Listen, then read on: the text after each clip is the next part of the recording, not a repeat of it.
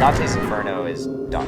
It has a dark beauty to it, but is always disturbing. Like, I recognize a human person there, but their sins have kind of twisted who they are or turned them into an abomination. It doesn't just contain tormented souls, but it's actually made up of tormented souls. Everything about Dante's Inferno is about torment.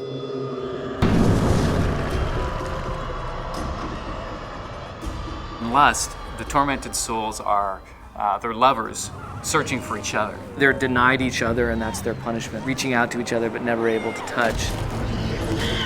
They're downed, right? So you get a sense of sort of this solitude, suffering.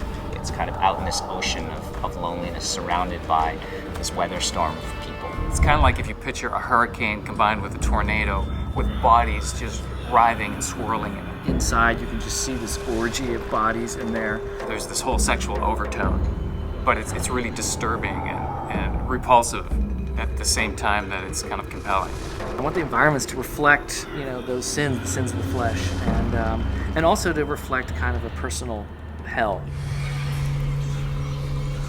As sort of seductive as, all those images that you have when you say the word lust, it's actually pretty violent.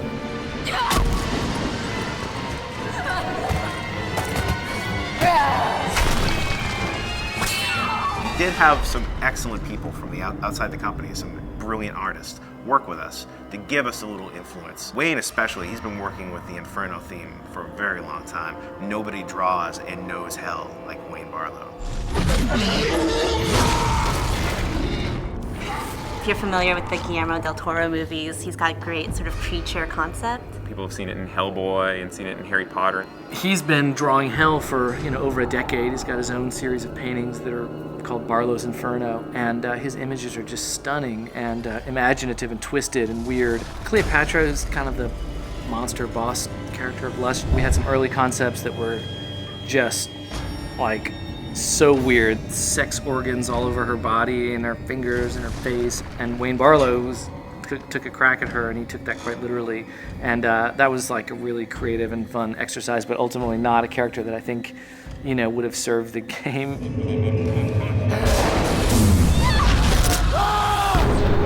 Disturbing is the watchword. Brutal is the watchword. The world is being beautifully rendered, but is always disturbing. It sounds easy, like, oh, cool, we'll do a level based on, around violence. We'll do a level based around lust. Like, that'll be easy.